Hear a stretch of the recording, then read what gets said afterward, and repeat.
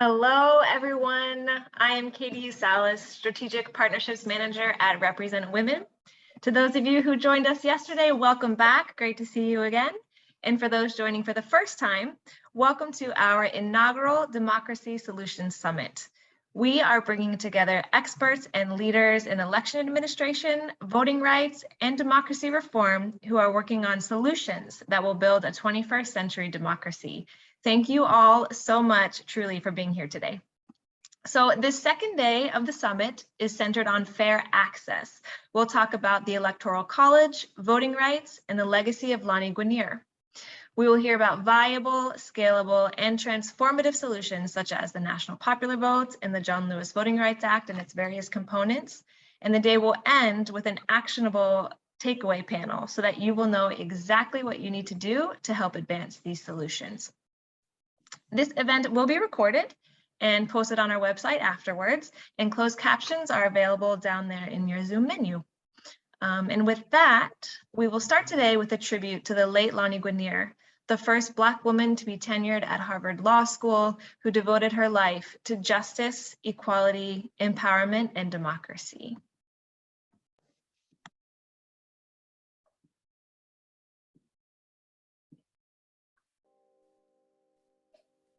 The ability to see so far down the line was Lani Guinier's gift. A visionary legal scholar, pioneer of the controversial, and a champion for change, Lani Guinier was a towering presence in the fight for equal access. She was respectful and engaging, but then also solid and principled. In her 1994 book, The Tyranny of the Majority, she cites James Madison, warning the risks of a narrow majority in our winner-take-all system. In this, she said, "My point is simple. 51% of the people should not always get 100% of the power. 51% of the people should certainly not get all the power if they use that power to exclude the 49%. In that case, we do not have majority rule. We have majority tyranny." In recent years, Ms. Guinier's thinking has become more mainstream, as anti-racist practices and implicit bias training in the workplace have become more commonplace, and as support for proportional representation grows across the country. However, in the early 1990s, these ideas proved to be incendiary. Good morning, everyone. President Clinton has withdrawn, as we've been reporting all morning, the controversial nomination of Lani Guinier as civil rights chief. The president called it a disagreement with her writings. He also called it painful. I am a democratic idealist who believes that politics need not be forever seen as I win, you lose, a dynamic in which some people are permanent monopoly winners and others are permanent excluded losers. Everything I have written is consistent with that. Even on the worst days of her career, Guinier was an intellectual powerhouse. She became a household name when she was nominated and later withdrawn for Assistant Attorney General for Civil Rights. She got caught in the crossfires. Conservative outlets launched an all-out assault led by the Wall Street Journal's editorial page, which denounced her with a title of Quota Queen. Guinier returned to the classroom and became nationally recognized as an authority on civil rights, racism, and political reform. And in 1999, became the first tenured Black female professor at Harvard Law School. As voting rights are under attack today, Lani's ideas might have ensured a seat at the table for everyone, creating a government that reflects the whole of our nation, one of diverse ideas, backgrounds, and people. Lani Guinier was 12 when she decided to become a lawyer. She decided, with eyes glued to the TV, as the first Black student at the University of Mississippi, James Meredith, was escorted through an angry white crowd by NAACP lawyer Constance Baker Motley, who later became a federal judge. She had such stature and such confidence, and this was in an era where it was very dangerous. But I thought, well, she did that, even though I'm only 12 years old, I can do that too. Today, we are enriched by her legacy, her wisdom, and her unflinching pursuit of what is right.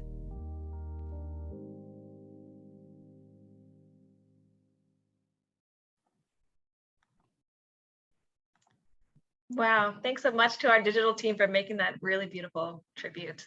I would now like to welcome Justice Anita Earls, Associate Justice of the North Carolina Supreme Court, political strategist and analyst Donna Brazil, and Congresswoman Teresa Leger Fernandez to share more about the challenges we're facing as a nation in relation to fair access. And we will start off with Justice Anita Earls. The floor is yours.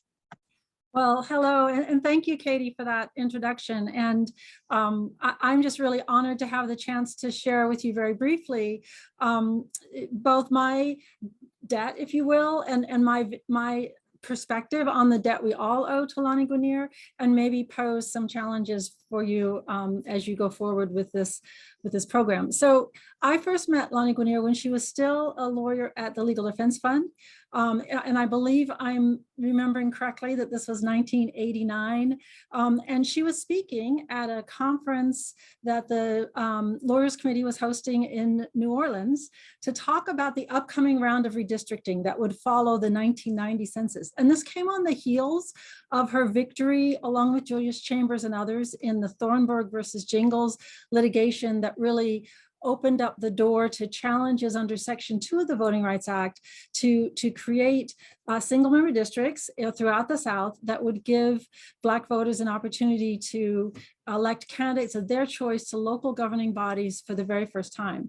And so she inspired, it's not unfair to say, she inspired a whole generation or more of young lawyers eager to follow in her footsteps to carry out the promise of the Voting Rights Act. But even at that time, she was willing to question the single member district and winner take all system.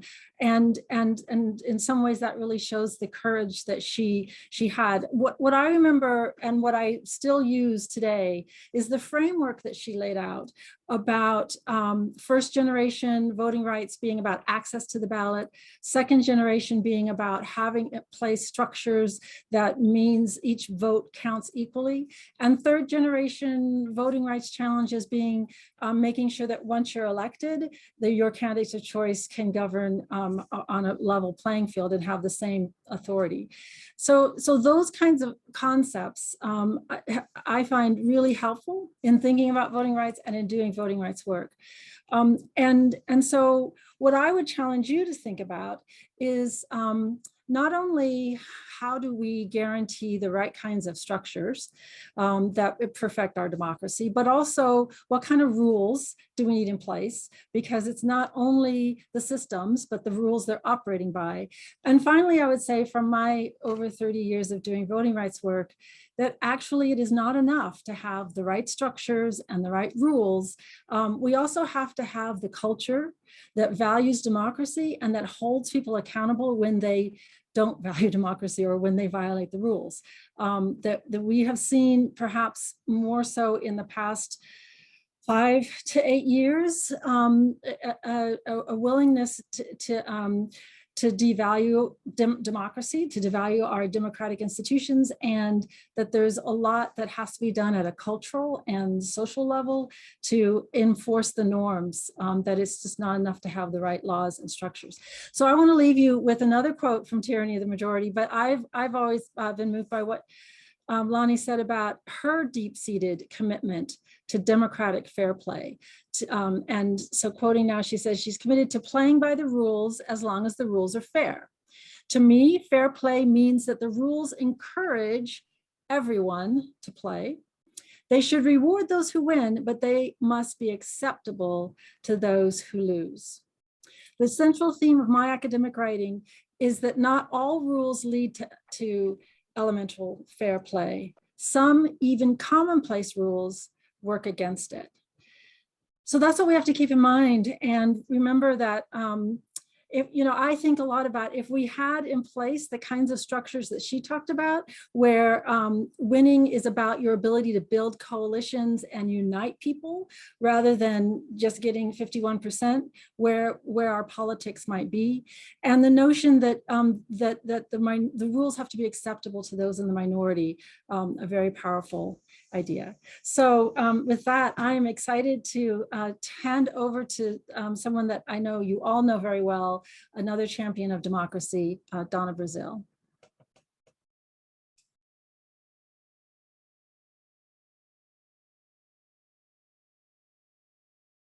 Thank you so much, and thank you for your great work. We stand on so many great shoulders and so many who dare to make a difference.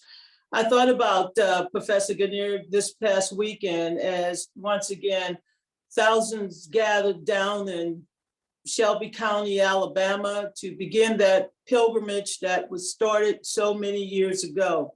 Lani Guinier wasn't just a legal and academic scholar. She was an activist when it came down to making sure that everyone had a seat at the table, that participatory democracy included everybody. She worked to break down those structural impediments like winner take all, which basically suppressed the vote by only giving those who gained 51% the right to have a seat at the table, but not those who came in second place with 49%. Lani understood how to expand the right of every citizen to participate and to make sure that we had adequate laws in place, not only to remove barriers, but also to safeguard the right to vote. As a member of the Democratic National Committee, as a former chair and activist within the Democratic Party, I'm honored that we will be paying tribute to Professor Guinier this weekend as we gather in Washington, D.C., our first in-person gathering since 2019. And the reason why we're going to pay tribute to this great American scholar and activist is because she enabled us to change the rules within the party that led to the election, the nomination and election of our nation's first Black president, Barack Obama, and of course, our first female and Black vice president of South Asian descent, the Honorable Madam Vice President Kamala Harris. You know, I'm a little bit sad that Lani did not live long enough to see all of her work, including the ability to put Black women in the pipeline at the federal level in terms of the district courts, the Court of Appeals. And I'm sad that Lani didn't live to see a hate crimes act that is now being enforced by a Justice Department that she once challenged to enforce civil rights laws.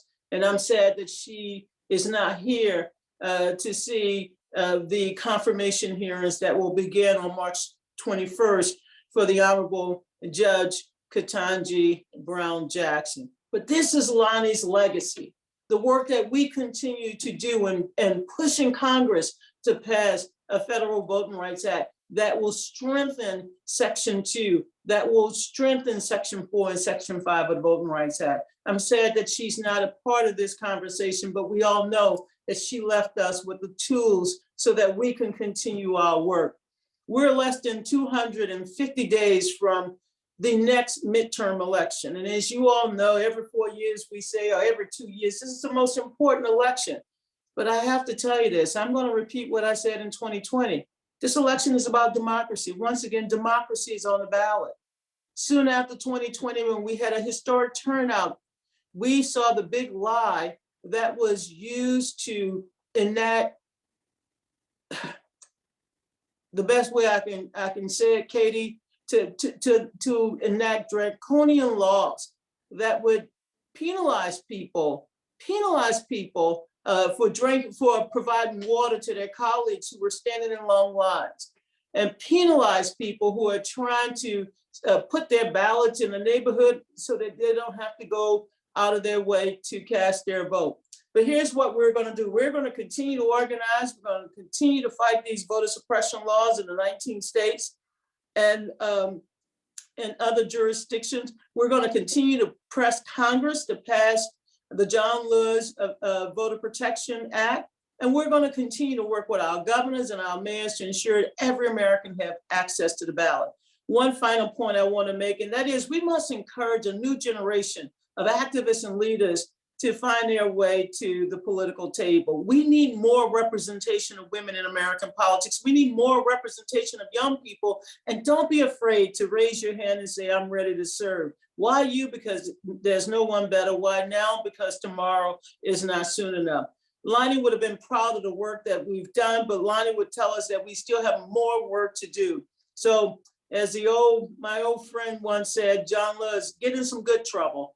This is a good season to find that good trouble and get more people registered, to check their voter registration status, to find out if their precinct have changed, to find out if there are new laws or new rules as it relates to absentee balloting. And yes, please make a plan to vote this November 8th. Primary season is already underway. We saw the problems that took place in Texas.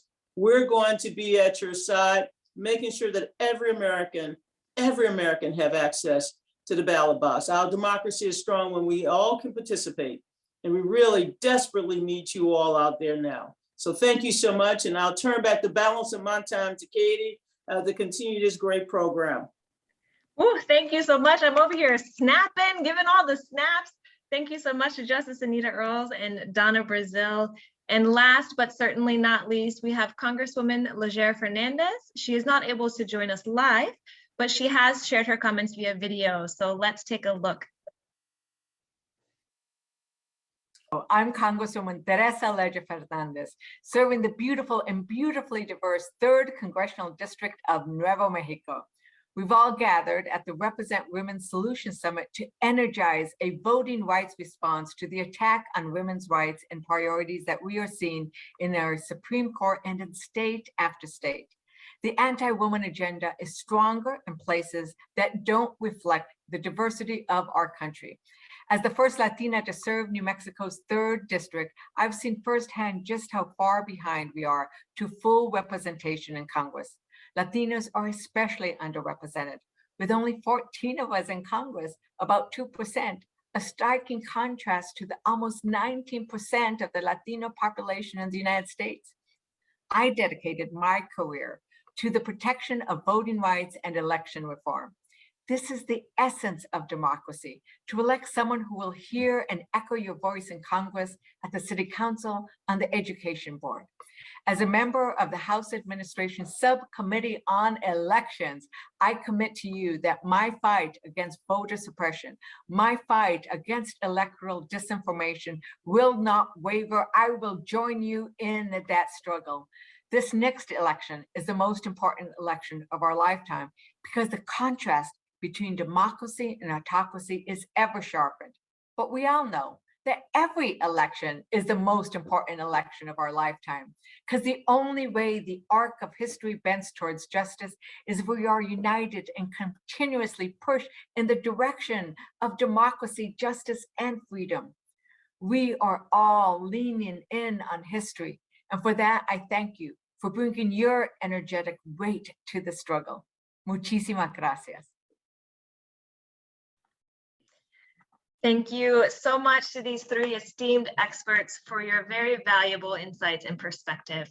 And now I would like to extend a warm welcome to our first session of speakers, National Popular Vote experts Eileen Reavy, Secretary Shamia Fagan, and Secretary Jenna Griswold. Eileen Reavy is the National Popular Vote's National Grassroots Director. Shamia Fagan is the Secretary of State of Oregon, and Jenna Griswold is Colorado's Secretary of State. I pass the mic over to you, Eileen. Thank you, Katie. Hello, Secretary Fagan and Secretary Griswold. I'm really looking forward to this conversation with both of you today. So to start off, I'm just going to take a few minutes to give our audience a background on the National Popular Vote Bill and how it works before I move into a discussion. So the National Popular Vote Bill gives America a popular vote for president by reforming the Electoral College from within. So when this plan is in effect, we will guarantee that the presidential candidate who received the most popular votes in all 50 states and DC wins the Electoral College and thus the presidency.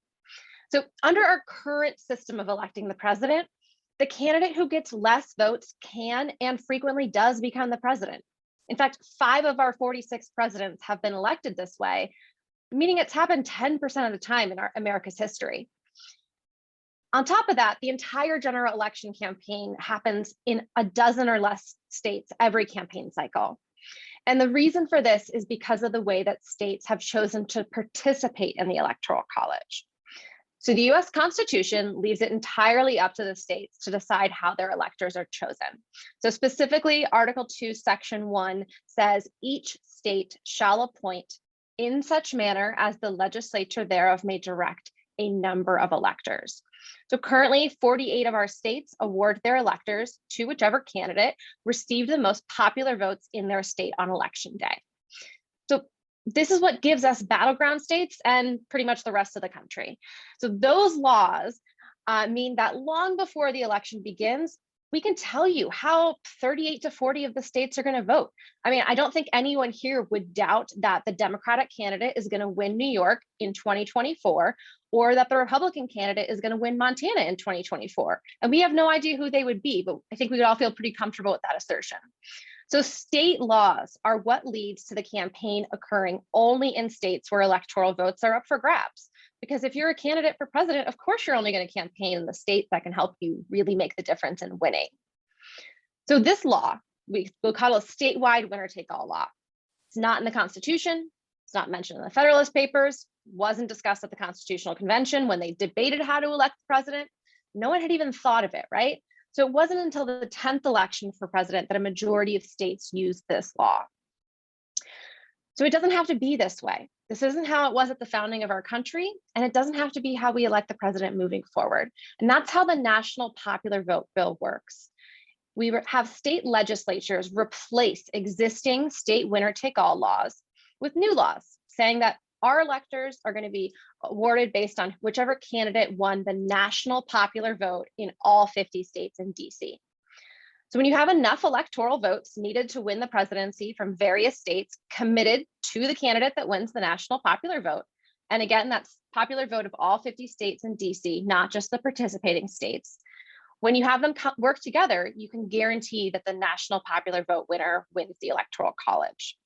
And really importantly, this law only goes into effect in all of the states that are participating when states with a majority of electoral votes have signed on. So you need 270 electoral votes to win the presidency. When the compact hits that number, then the law will go into effect and will change the way that America elects the president for the better. So this is the way that we're going to reform the Electoral College, states working together to change how they vote in the Electoral College, so we can finally deliver on the promise of one person, one vote in presidential elections. And so today we're talking with 2 secretaries of state who worked on passing this bill in their respective states. Secretary Griswold, you were Secretary of State when Colorado passed the National Popular Vote Bill through the legislature in 2019, and then we defended that bill at the ballot in 2020. Secretary Fagan was Senator Fagan at the time when Oregon passed this bill in 2019 and served as a chief sponsor of our bill, and frankly, it wouldn't have passed without her leadership.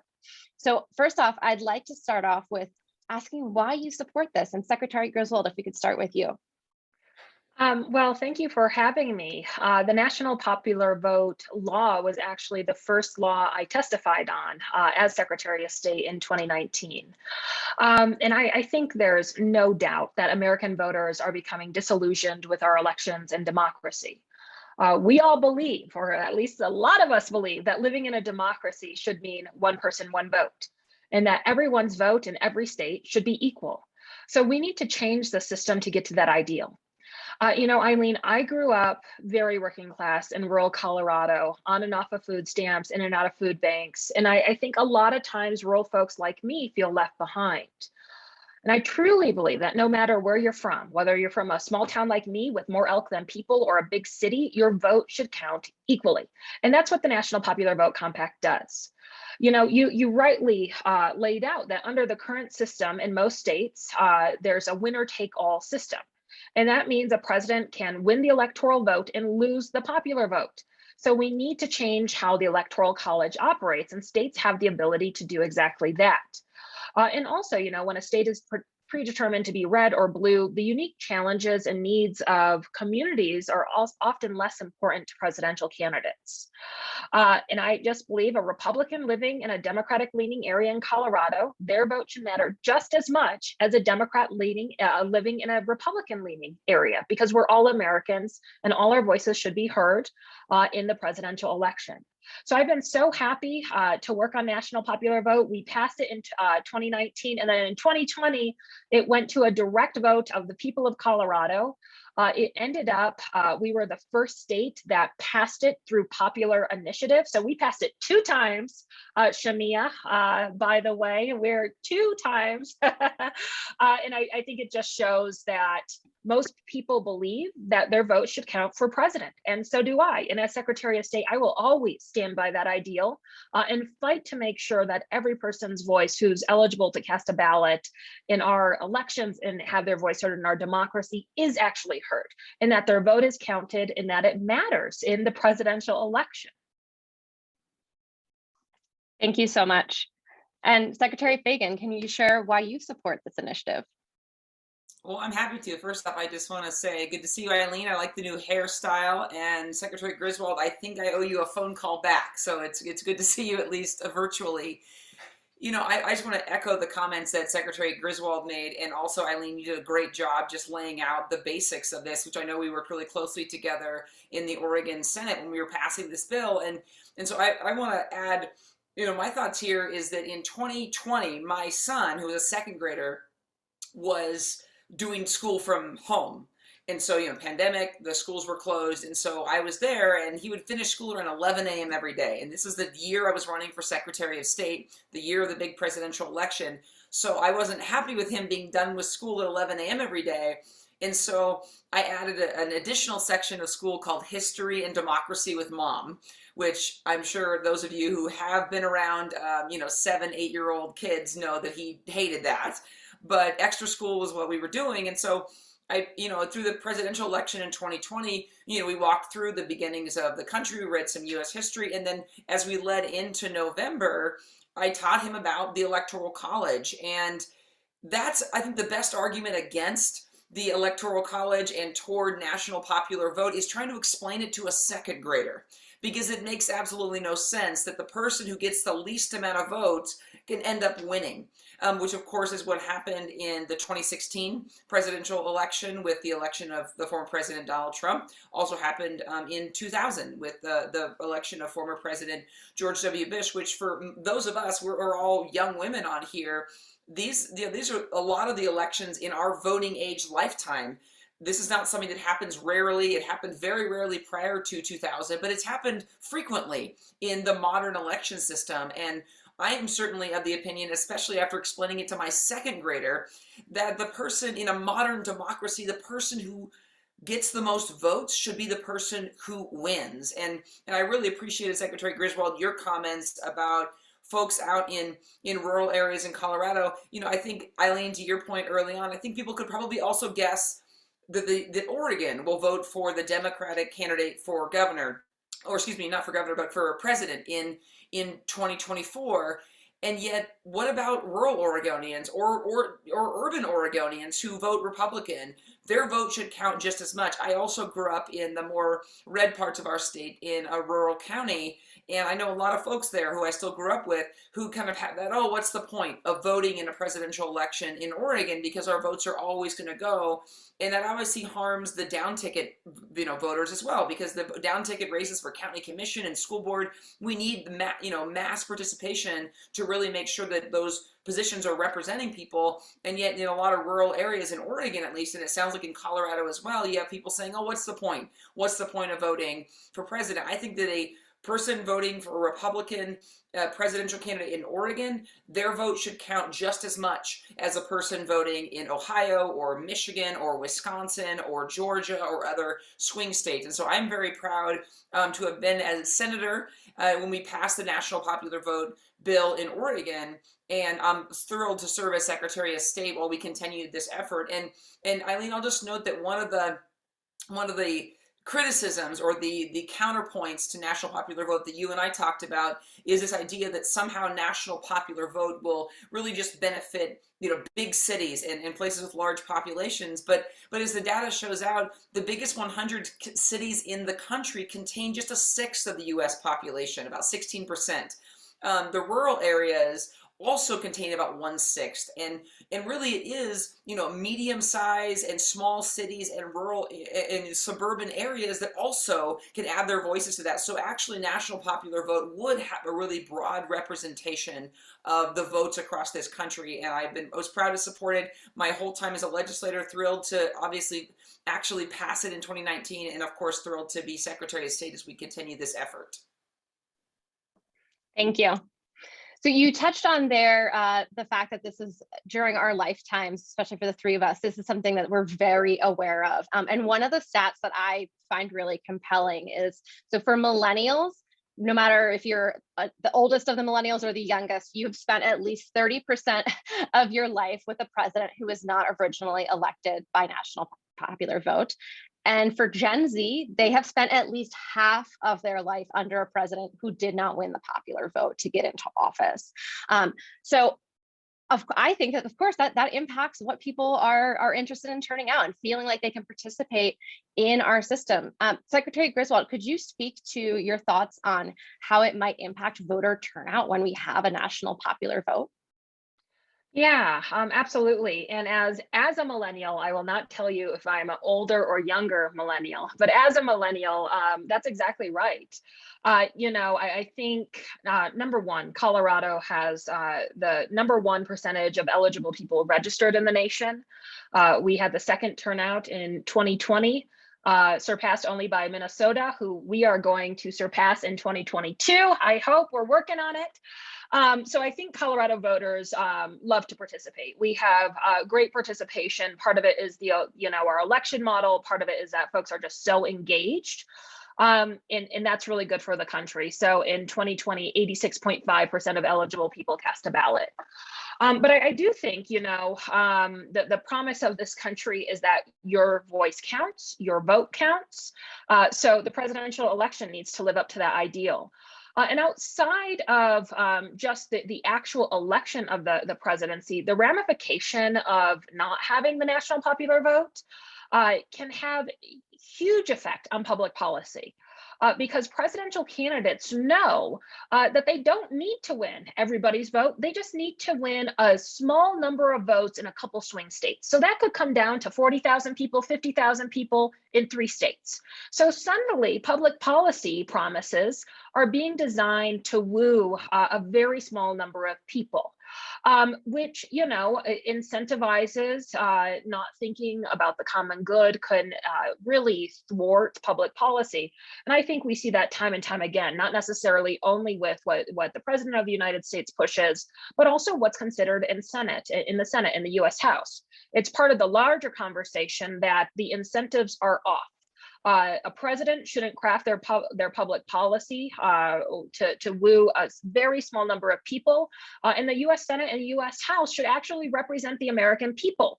When we see time and time again popular support, extremely popular support among Republicans and Democrats for policies that just stall. Part of that is national popular vote. Part of that is a broken campaign finance system, where special interests and dark money can just bankroll candidates, and then the lobby force comes in much stronger than all of our voices. Part of it is voter suppression, where, if an elected official candidate doesn't like their voters, they say, okay, I don't need to listen to you. I'm going to suppress the vote, or I'm going to gerrymander you, right? So this is part of a larger conversation that we need to reform the system to return government to its rightful owners. Government only exists because US citizens say it exists, period. We are a government by the people, for the people, of the people. So the people's voices have to be heard. And that's why I'm so excited to see the National Popular Vote Interstate Compact get put into law across this nation. That's why we have been so supportive of the Freedom to Vote Act, the John Lewis Voting Rights Act, because American people should decide their elected officials. That's what this country is based on. And that's what we're fighting for as Secretaries of State every single day. Thank you so much. Secretary Fagan, is there anything that you want to say in response to that or add on? Well, just that I agree, and I appreciate the points that Jenna made. And you know, one point that I often made in Oregon in 2019 when we were trying to pass this, and when people were arguing against it, is I said, look, the U.S. does believe that democracy, that representative government is the best form of government, and so we do attempt through foreign policy and other means to expand democracy in other countries. What we don't export? The Electoral College. We don't recommend that when other countries are setting up a modern democracy, if it really was the best way to do it, why wouldn't we be encouraging other countries to have an Electoral College? We don't. We, of course, encourage other countries to have a functioning, open, free press and a democracy that is based on one person, one vote. The U.S. citizens also deserve the same democracy that we're encouraging and trying to export into other countries. One thing I want to ask you about, Secretary Griswold, in our remaining minutes, it wasn't that long ago that Colorado was a battleground state.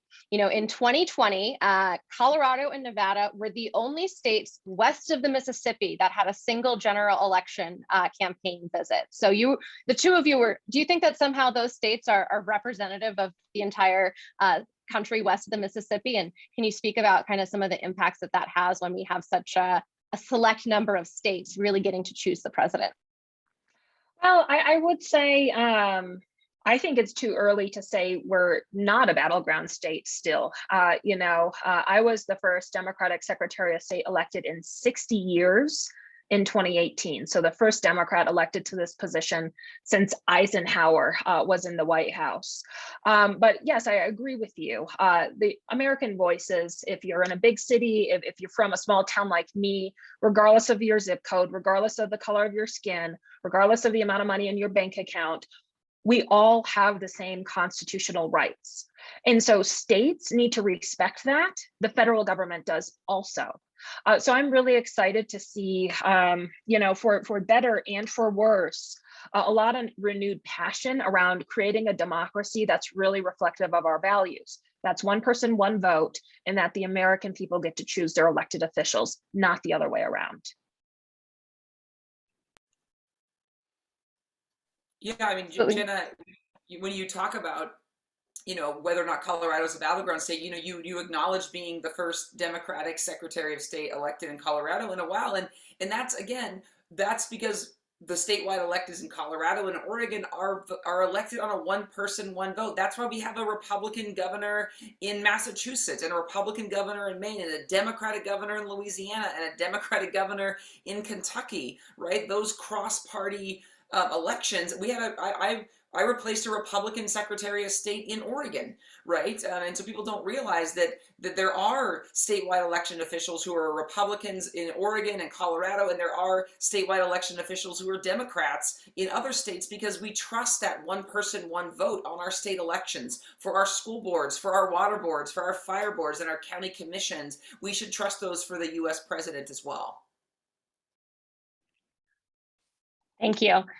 And one question I see in the chat that I do want to address here, because I know that we have because of Represent Women's support for ranked choice voting, we have a lot of supporters of that here. And so ranked choice voting and national popular vote absolutely can work together. In Maine, when they passed their bill to say we're going to award our electoral votes on the basis of using ranked choice voting within congressional districts, they just put it in the state law of exactly how that was going to be counted for the national popular vote. So there's no reason that any state could not, whether they're a part of the compact or not, could not do the same. And so we absolutely expect those systems to work very well together. Before we close out, Secretary, are there anything else that you would like to add? I'll just add, actually, I saw another question in the chat from Pam, and at least in Oregon, this was actually a very bipartisan issue. In fact, when we carried the bill, because your question, Pam, was about the fact that Jenna and I are both Democrats, And that this is obviously an issue that should be bipartisan. And I will just note that in Oregon, when we passed it, it would not have passed the state Senate without Republican senators. In fact, there were high members of Democratic leadership, our Senate president and the Democratic majority leader, who voted against it, not because they opposed the concept, but they believed it should have happened through going through the initiative process. So in Oregon, it was a very bipartisan effort. And again, so that rural or urban or suburban Republicans in Oregon believe that their vote counts in Oregon during a presidential election as much as mine does and as much as a Republican in Wisconsin's does. This should be a bipartisan issue, and I look forward to helping build that coalition as well. Absolutely. And I would say parting words, number one, it's just an honor to be on a panel with the two of you. Number two, we really didn't get into the massive attacks on democracy right now.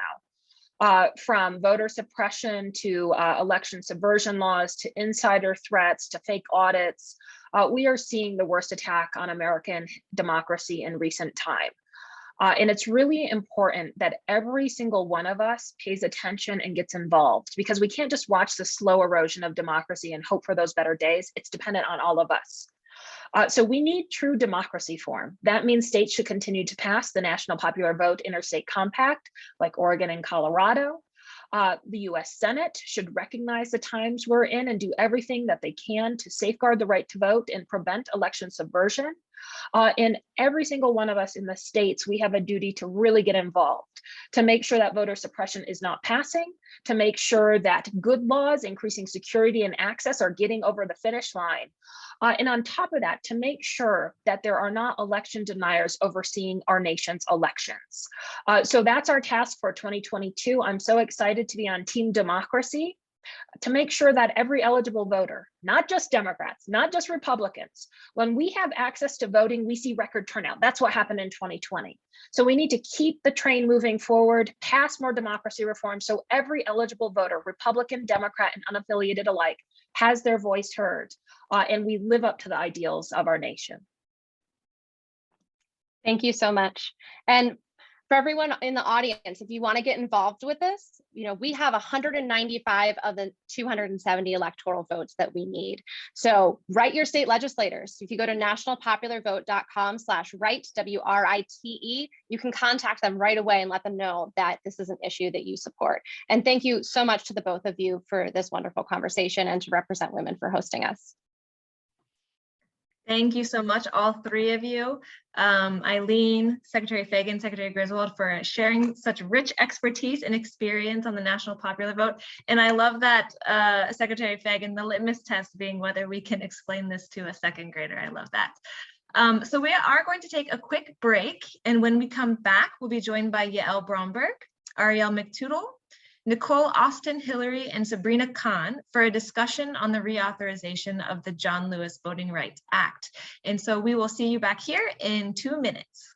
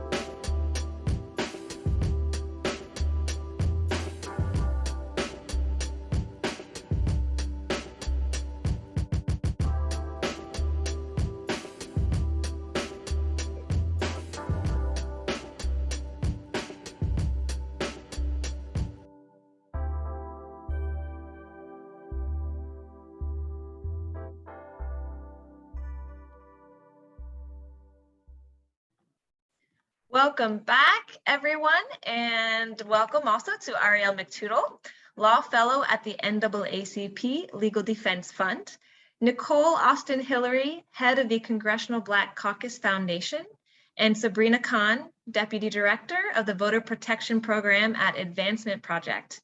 And this conversation will be facilitated by Yael Bromberg, Chief Counsel and Strategic Advisor at the Andrew Goodman Foundation and Principal of Bromberg Law, LLC. And this past Sunday was the 57th commemoration of Bloody Sunday, so what a timely discussion we're having today about the John Lewis Voting Rights Act. Yael, the floor is yours.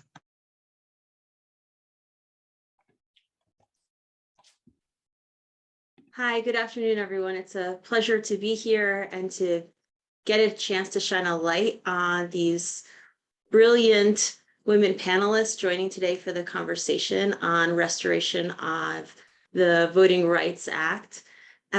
We are coming together, as mentioned, on the 57th anniversary of Bloody Sunday. And we are facing a time in our democracy.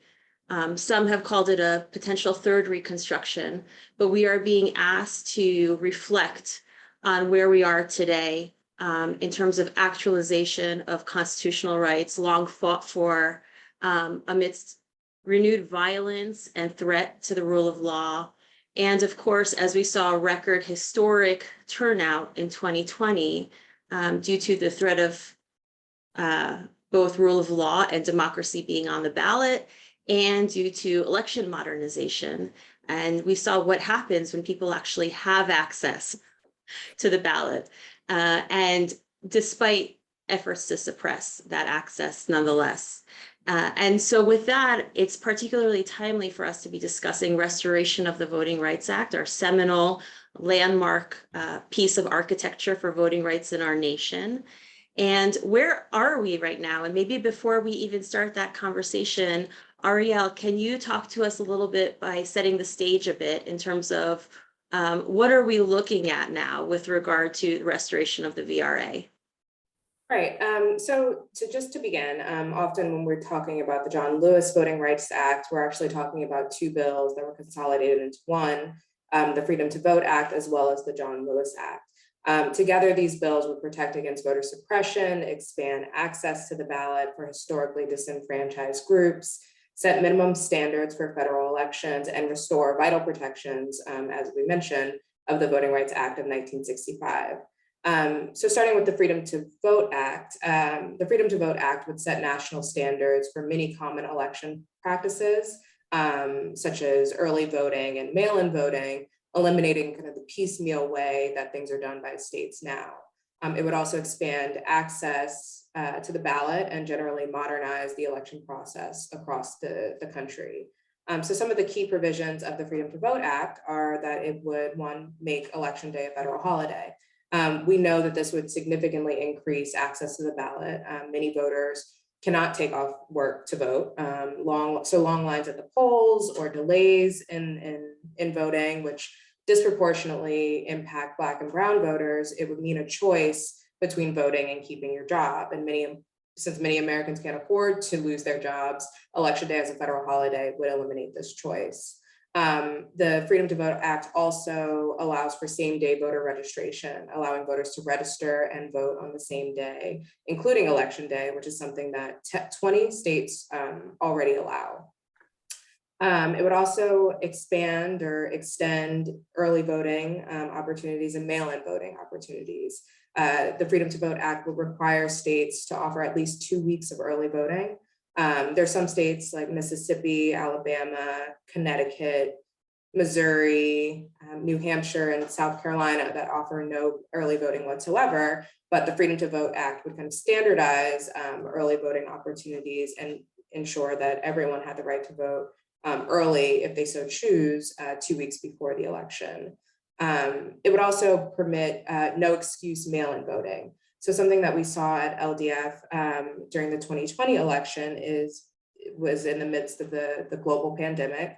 A lot of states had criteria that you have to meet in order to be able to be eligible to vote by mail. And so what ended up happening is we had to push for states to recognize COVID apprehension or actual infection as a reason to vote by mail. But the Freedom to Vote Act would actually allow anyone to vote by mail, regardless of their reason, and it would set other minimum standards for mail-in voting, such as increasing access to drop boxes. And another notable thing about another notable provision of the Freedom to Vote Act is that it would expand access to the ballot for historically disenfranchised groups. Specifically, it would restore federal voting rights for formerly incarcerated people who were convicted of felonies. It would restore their right to vote immediately upon their release and establish kind of a bright line standard across the country for re-enfranchisement of this population. As of right now, there are 11 states that restrict voting rights for formerly incarcerated people, even after they've served their sentences, even after they've completed their incarceration. And this disenfranchisement impacts over 3 million voters. So the Freedom to Vote Act, restoring these rights to formerly incarcerated individuals, is a crucial piece of the legislation. And then moving on to the John Lewis Voting Rights Act, which is slightly different, but an extremely crucial and critical piece of legislation because it restores key provisions of the Voting Rights Act of 1965 that were struck down by the Supreme Court, beginning with the decision in 2013, Shelby versus Holder, and in other more recent cases.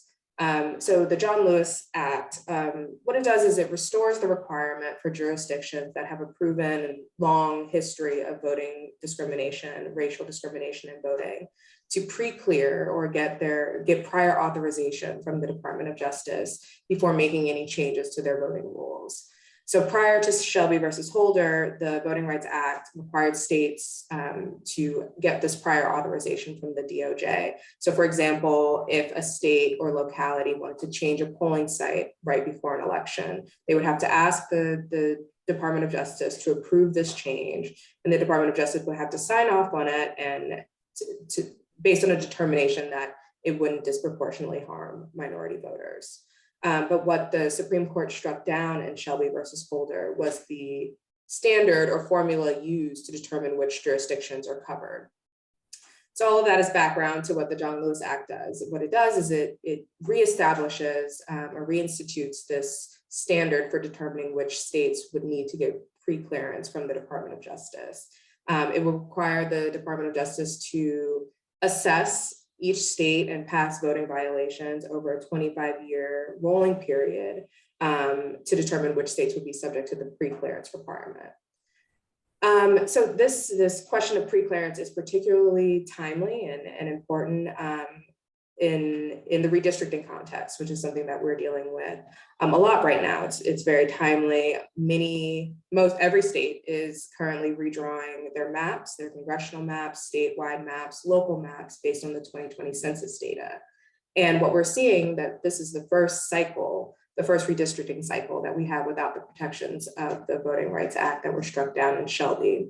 And so what we're seeing is that a lot of states have been passing maps that dilute minority voting strength, that disproportionately harm Black and Brown voters. And so if the John Lewis Act is reauthorized, we would have those protections for redistricting. A couple more provisions of the John Lewis Act that I want to touch on. Again, in terms of voting changes, regardless of whether a state is covered by the pre-clearance requirement, the John Lewis Act would require election officials to publicly announce any voting change at least 180 days before an election. So in the 2020 election, what we saw in Mississippi was that the election officials changed 3 times more polling sites than were reported. They failed to publicize the polling site changes. The Secretary of State had inconsistent information about polling site changes. But the John Lewis Act would ensure that officials have to announce publicly any voting changes at least 6 months before an election. And one final thing that I wanted to touch on about the John Lewis Act is that it would require federal judges to explain their reasoning when making decisions in emergency election cases. It would put limits on judges' ability to rely solely on the Purcell doctrine. So the Purcell doctrine is a doctrine in which courts decline to make changes to election rules or voting rules based on proximity to the election. If the election is too close, the court will decline to make any changes. But the John Lewis Act would put limits on a judge's ability to do so. And this is particularly relevant given the Supreme Court's recent decision in an Alabama redistricting case that LDF is involved in, Milligan versus Merrill. And in that case, an Alabama district court found that the congressional map drawn by the legislature violated Section 2 of the Voting Rights Act. It diluted the strength of Black voters, the voting strength of Black voters in Alabama. The court ordered the legislature to redraw the maps, but SCOTUS, or the Supreme Court, reversed and let the maps stand. And Justice Kavanaugh, in his opinion, cited Purcell as the rationale, saying that the election was too close for the Supreme Court to order, or for the courts to order the maps to be redrawn. And he significantly expanded the Purcell doctrine as we know it. But legislation on this issue, particularly the John Lewis Act, would limit judges' abilities to rely on Purcell as kind of a catch-all when deciding these emergent elections cases. So those are some of the highlights of the John Lewis Act and the Freedom to Vote Act, and I'll kick it to anyone else for anything to add. Thanks, Ariel. And obviously, you know, it's common for us as litigators to have to deal with this question. It's either too early to bring a voting rights challenge, right? The time is not ripe, or it's too late, right? And we have to kind of grapple with that in real time when we're trying to effectuate the most fundamental right to vote in America, the right to vote, the most fundamental right in America, the right to vote. Nicole, I'm wondering if you can, I know that you have so much experience in DC. I remember you from maybe 10 years ago on the Hill. And can you give us a little bit of your view in terms of the kind of inside game? Like, what is happening? Where are we on passage of this necessary, critical, historic bill that would not only rejuvenate and breathe new life into the Voting Rights Act, but critically modernize our election system? Where are we now? Well, Yael, thank you so much for having me on the panel today. And I don't know if I like that reference to, you know, you're one of those insiders. I remember you from 10 years ago, but, you know, I think my face cream is working okay. And so I'll let you get by with that. And thank you so much to Ariel for your really, really wonderfully concise primer on those bills. You look, let's get right down to it. We are in a tough spot. The bill passed in the House, the relevant bills that Ariel was talking about, we know had support in the House, we're stuck in the Senate. And that is involving a whole host of other issues around the filibuster, around partisanship, even around persons, you know, in the Democratic Party, the party that has been pushing for these bills, individuals in that party who are being reticent to support the legislation. So right now, these bills are really the victims of political gamesmanship, to put it very bluntly. And we have to be able to figure out a way around those issues in order to get the legislation moving. And look, what I've always told people in working on voting rights, and certainly I tell people this sitting in my, you know, from my perch as the president and CEO of the Congressional Black Caucus Foundation, is this: we don't care about the politics of these bills. What we care about as a nonpartisan organization is giving the public, giving the people and communities the tools they need to be empowered. That is what these bills have the ability to do, is to empower communities so that their voices can be heard, which is really at the crux of voting rights. Voting rights is all about giving everyone an equal opportunity to be heard, to voice their concerns and their opinions, and to determine how they want to be governed. I tell people all the time, I don't care how big your individual mouth is. It is not as big and as great as when we all gather collectively to go into the ballot box on election day to determine how we want the democracy to look and run for ourselves and for our communities. So we have to figure out a way to get Washington working better. And I will tell you, there are just some really tried and true best practices that I think we need to urge our political leaders to get back to. I remember being on a panel some years ago and having the opportunity to meet some very smart and legendary Republican and Democratic leaders who relayed that they remember the days when, despite their political differences, they could still sit down together, they could have conversations, they could talk about the difference between right and wrong, just and unjust, what communities need and what they don't need. We have to urge lawmakers to get back to that, to put the gamesmanship aside, to put any other agendas aside that don't have to do with how do we shore up our democracy and ensure equitable access to the ballot box for every American, regardless of whether they vote for the blue person, the purple person, or the Neapolitan person. That is not what this is about. It is about shoring our democracy.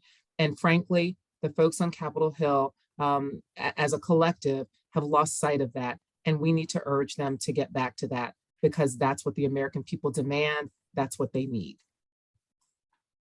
That's so beautiful, Nicole. And that actually coincides so nicely with Lani Guinier's writings, right? Like, she prophesied, she told us in her writing, she broke down and she reminds us about this issue of the tyranny of the majority and the need to merge and bring together coalitions of minority parties. And by minorities, she wasn't talking about racial minorities, she was talking about political minorities and how critical that is for protecting democracy, that political minorities have a voice, that it's not just this winner take all, I win, you lose mentality. And you really raised that so critically, because our work is nonpartisan, and this is a nonpartisan democracy agenda.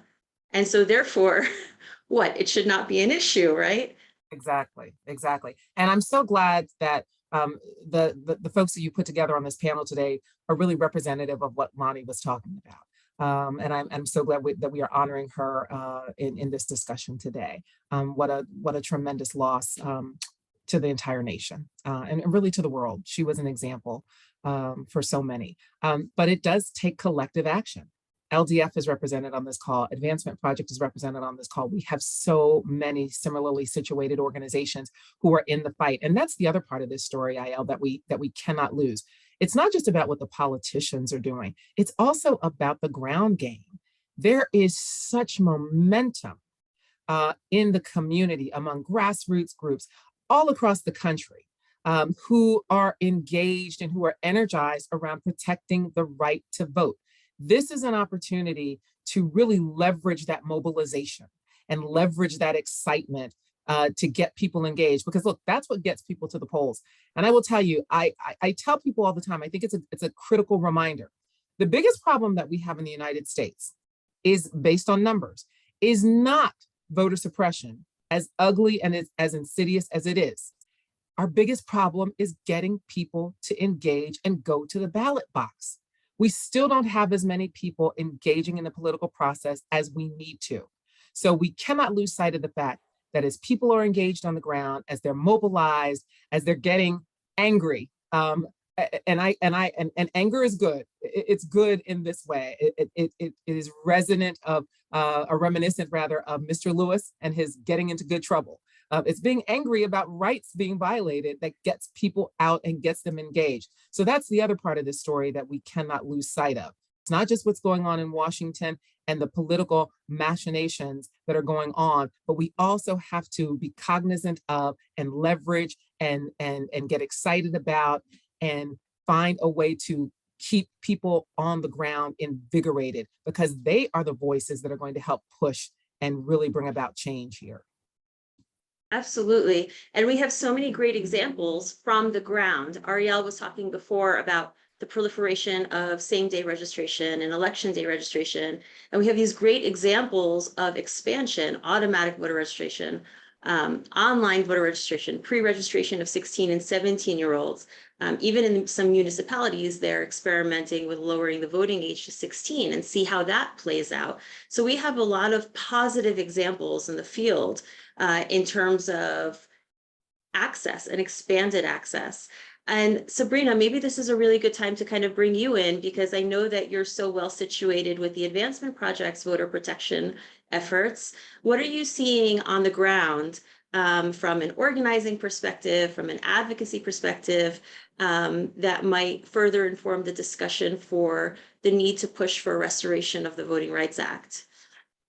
Yes, well, first of all, I just want to say, thank you so much for having me on this panel. I'm inspired so much by the work of my co-panelists on, a daily basis, and it's really just an honor to be a participant. So, as mentioned earlier, we saw record turnout in the 2020 presidential election, right? And this was largely due to the expansion of alternative methods of voting, such as vote by mail and early voting, along with, of course, the tireless efforts of grassroots groups to get out the vote. Yet on the heels of that election, there's been really a tsunami of voter suppression across the country, beginning last year. So prime examples are Georgia's SB 202, Florida's SB 90, and Texas's SB 1.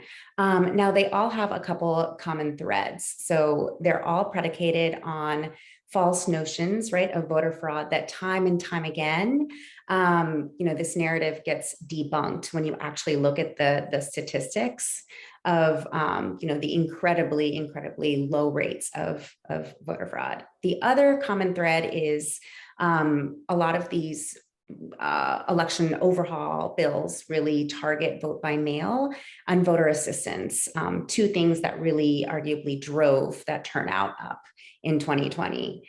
The other is, of course, the disparate impact on historically disenfranchised communities, particularly on voters of color. And without preclearance, this really shifts the burden of challenging discriminatory laws to voters.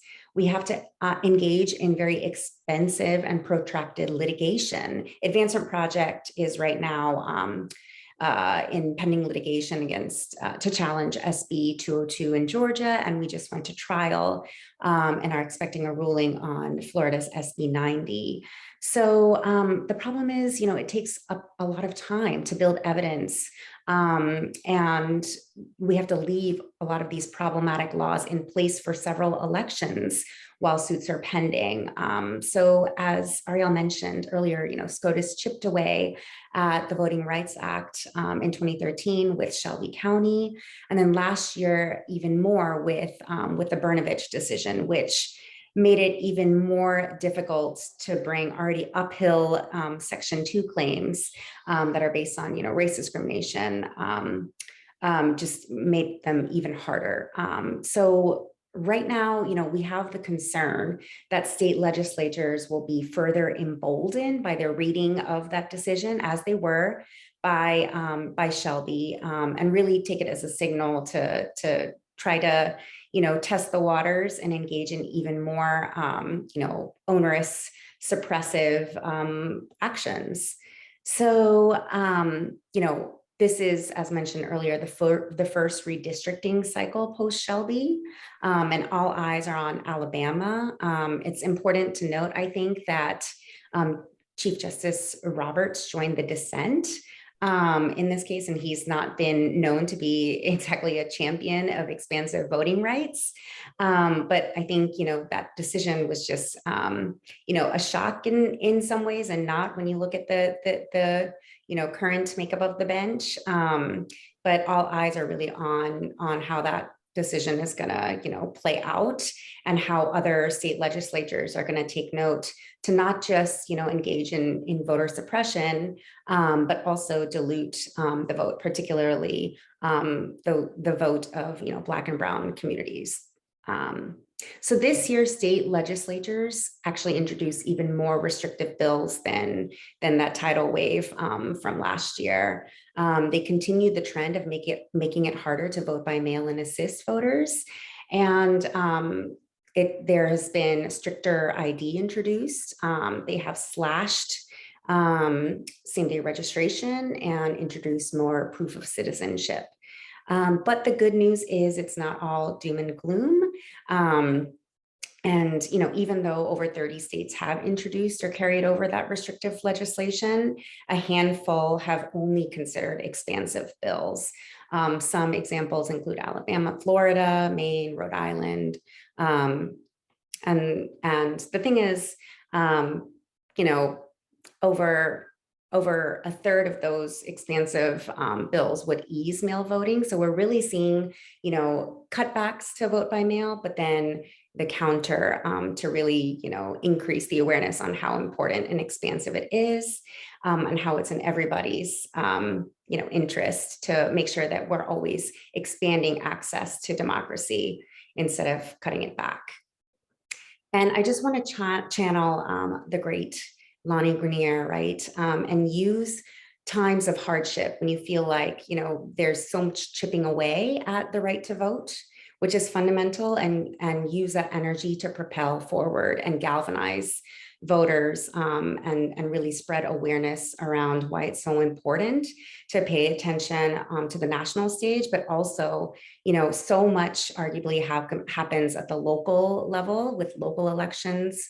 And so we want to make sure that, we're supporting grassroots groups on the ground who are often, the same groups that are engaging in voter registration efforts and working on voting issues are the same ones that are now, working on issues affecting, criminal justice and immigrant justice and just the works. So we want to also, do everything in our power, whether that's litigation, engaging with election officials to try to use their discretion, in the most favorable way, in the interest of expanding access.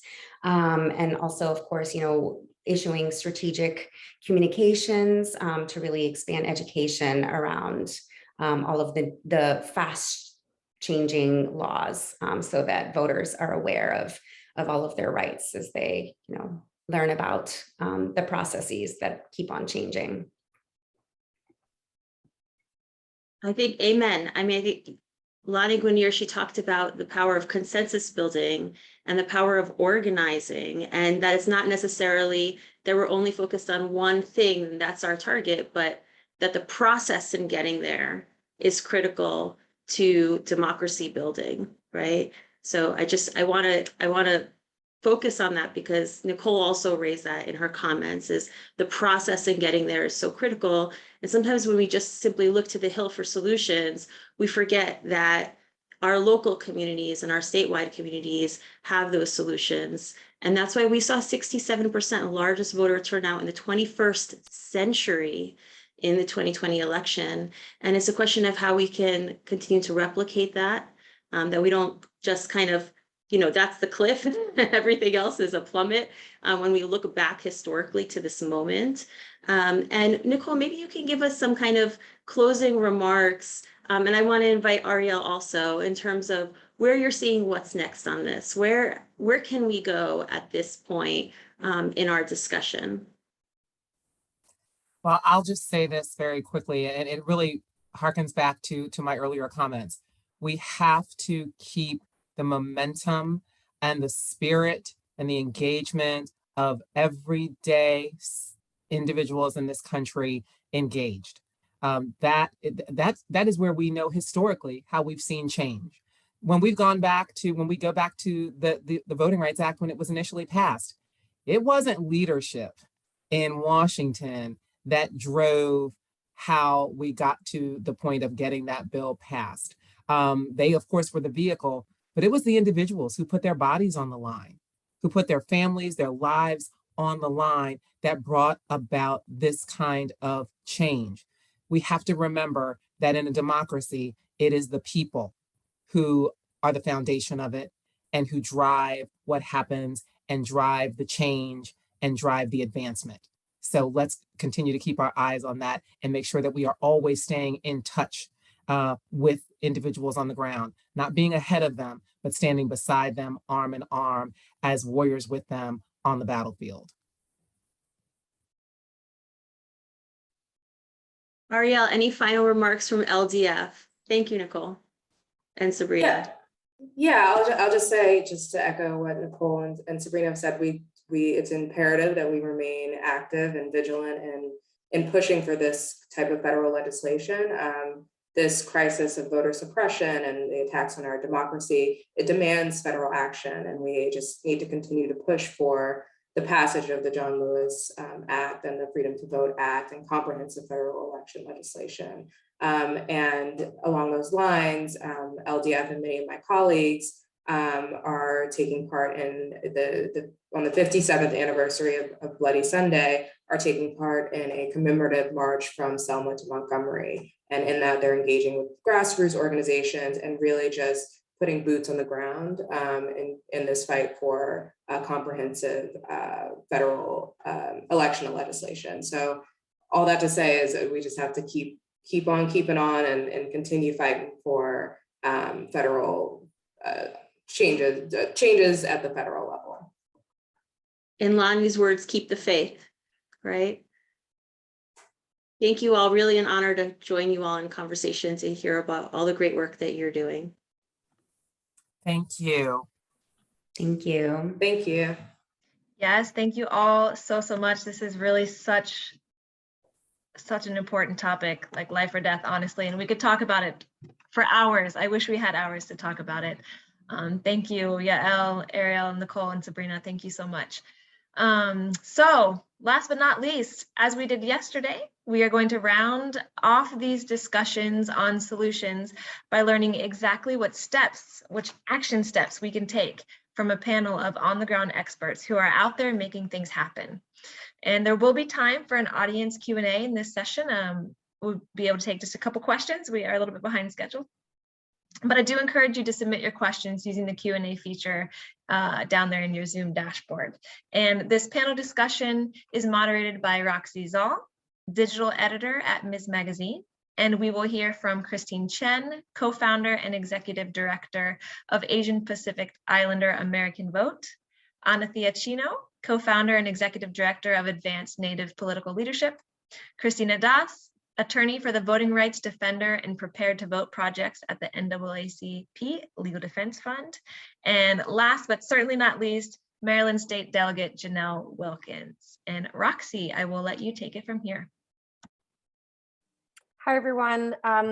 Thanks, Katie. Like Katie said, my name is Roxy Zoll. I am the digital editor at Ms. Magazine.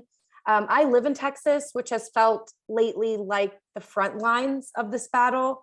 And so the fight for voting rights is a topic that's very near and dear to my heart. So I'm really excited to be able to moderate this incredible conversation on fair voting access. As Katie, I'll just briefly reintroduce the panelists, these 5 democracy powerhouses that I have in front of me. We have Christine Chen. She's the co-founder and executive director of Asian Pacific Islander American Vote, or APIA Vote. We also have Anathea Chino, co-founder of and executive director of Advanced Native Political Leadership. We have Christina Das. She's attorney for the Voting Rights Defender and Prepare to Vote projects at the NAACP Legal Defense Fund. We also have Maryland State Delegate Janelle Wilkins, who has been a member of the House of Delegates since 2017, and her focus on a legislator has been on issues of justice like racial justice, women's empowerment, elections, and she also has a day job at the Leadership Conference on Civil and Human Rights.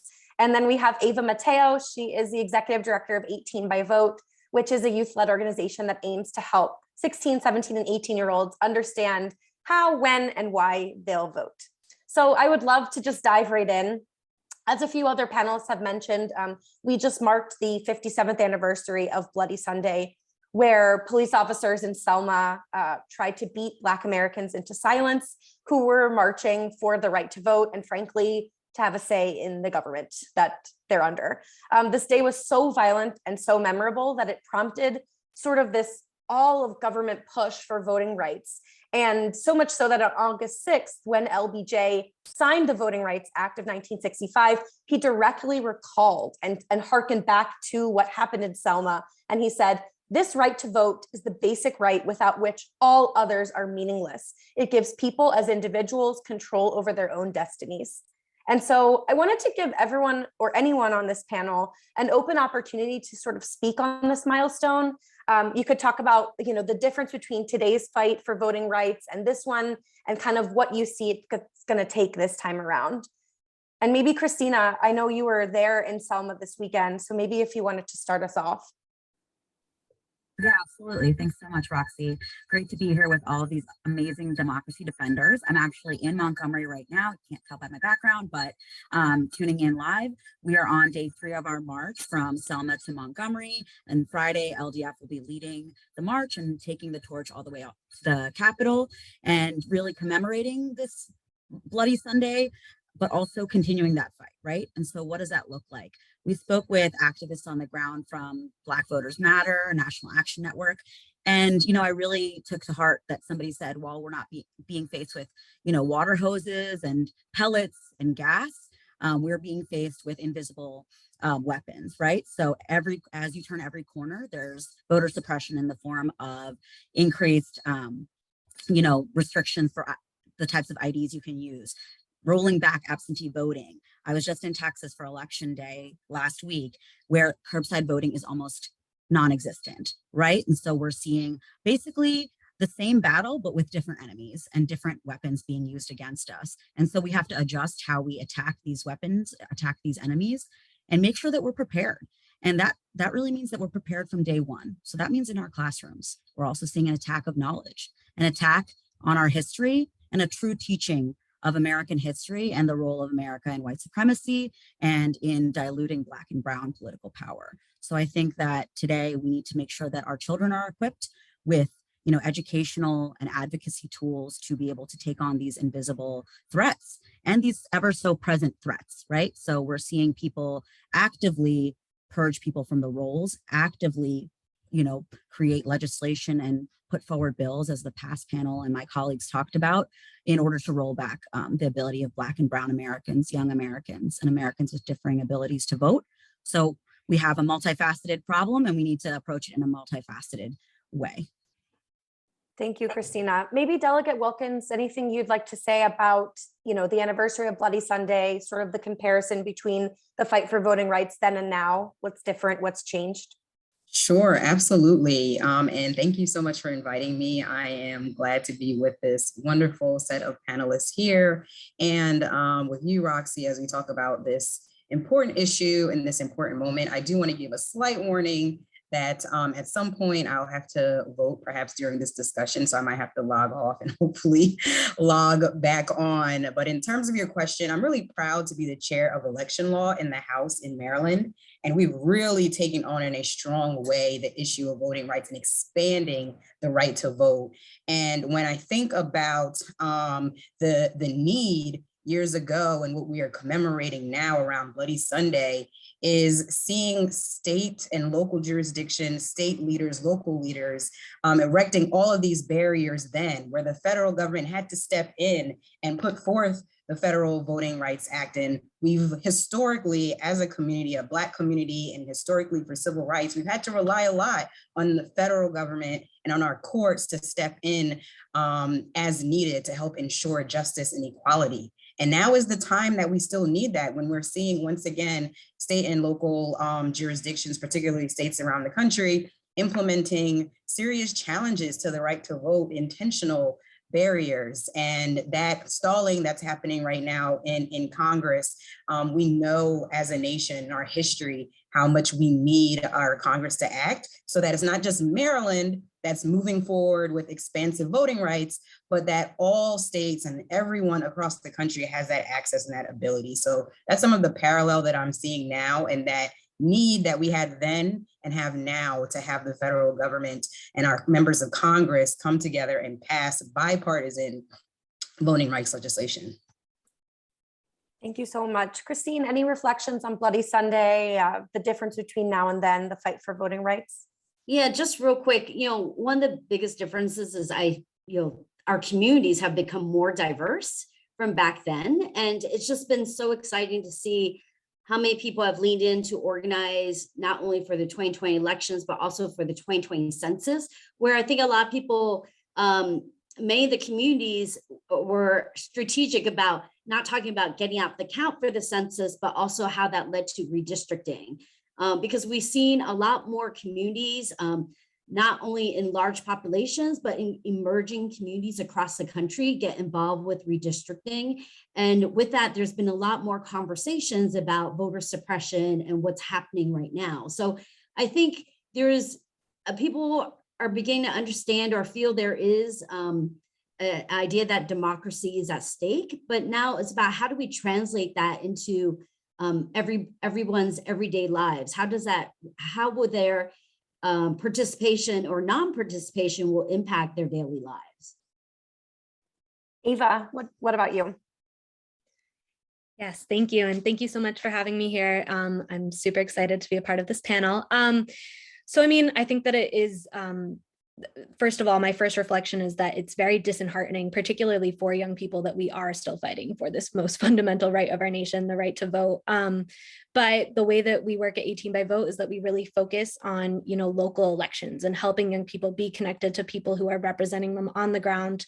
And especially when it comes to elections, as election decisions really happen so much at the local level and with the Secretary of States that we have heard from in the past couple of days. But a really big reflection is that, and as I share with the youth that I work with, that being informed and engaged are really the first steps to making change happen. And so we really just need people to join us in that. Thank you. And Anathea, anything to add? Reflections on Bloody Sunday milestone and how you see the fight for voting rights different today? Sure, just really quickly, Kawatsi Haupa, it's an honor to be with you all today. Thank you so much for the invitation. I think mostly what I want to bring into the conversation is that for us, it's important to remember that Native Americans did not become citizens of the United States until 1924. That was 98 years ago, and some of our elders are older than 98. So, and the last state to grant full rights to Native Americans is voting. Voting rights to Native Americans was in 1964 in Utah. So this is very new for us. So so much of what we are fighting for is not in history. It is not something that is ancient. It is not something that we've had a whole lot of time to adjust to. These are all very real fights. And to the point that Christina mentioned in her opening is that the way that we think about this is that our tools are different, but the fight is the same. And it's going to take collective coordination among the groups here and all of the conversations and all of the people that you've had over the last 2 days to focus on any and all intentional efforts to dilute Black and brown political power. And so we are constantly maintaining our eye on what that looks like and dismantling white supremacy, ultimately is as the ways that we're still thinking about the ways that we are still very much, our lives are very much still on the line. Thank you all so much. So next question, luckily it's not 1965 anymore, and we have made progress, albeit, as you've all mentioned, a little bit slower than we'd like. And the goal of this Solution Summit is to discuss how we kind of continue that progress. But I think before we talk solutions, it's really important to first identify the specific problems that need to be solved. And so I'd like each of you to just do a whip around and let's talk about the specific barriers or challenges to voting rights that most concern you and the population that you work with. Maybe Christina, we'll start with you again. The specific barriers or challenges to voting rights that most concern you and the population that you work with. Absolutely. And bear with me, I have spotty internet, so let me know if I drop out. But I would say as a first generation immigrant, language justice is very important to me. I had to register my parents to vote. Family members still struggle with, these are forms in legalese. These are forms with small font and intentionally difficult, right? As Roxy, I'm sure you saw in Texas with SB1 and the changes to vote by mail. So language justice is crucial, right? So across 50 states, we have countless languages. We need to make sure that not only do we uphold the VRA and the requirements there, but also expand that, right? So make sure that we have expanded language justice. And also, I would say disability justice. Access for our communities with differing abilities. This has been a major roadblock in Texas and South Carolina where I work. And the fact is, it's not optional. Our state elections commissions and our county elections commissions, the excuses can't be that we don't have enough funding or we don't have enough staff, right? So the Help America Vote Act and the ADA are all federal law. And then we have Texas election code, South Carolina election code that should add on top of that. So we're constantly seeing roadblocks in the form of doors that are not automated, not enough lighting, issues with those that are hearing impaired, issues with older voting machines not being updated. So those would be the two crucial pillars that I think we absolutely need in order to move forward with advancing voting rights across the country. Thank you, Christina. Same question, Delegate Wilkins. Specific barriers or challenges to voting rights that most concern you and your constituents? Sure. So as an elected official, I would take it a step back and say what mostly concerns me is the fact that we don't seem to have bipartisan agreement on ensuring broad access on the right to vote. We just talked about the pathway and the fight for the Voting Rights Act of 1965. That was a bipartisan piece of legislation, and it has been bipartisan since then until recent years, where we have at some point, Democrats and Republicans started parting ways in terms of our common foundational democracy idea of ensuring just broad voting rights to every single resident, and it not being about if we do this, is it going to benefit Democrats or is it going to benefit Republicans, and really just coming together on the idea of the foundation of the right to vote. So I think at a broader, bigger level, I think that is the biggest challenge that we have, because without having that, it's always sort of this fight and this power struggle when it really should be about ensuring broad access for every single voter.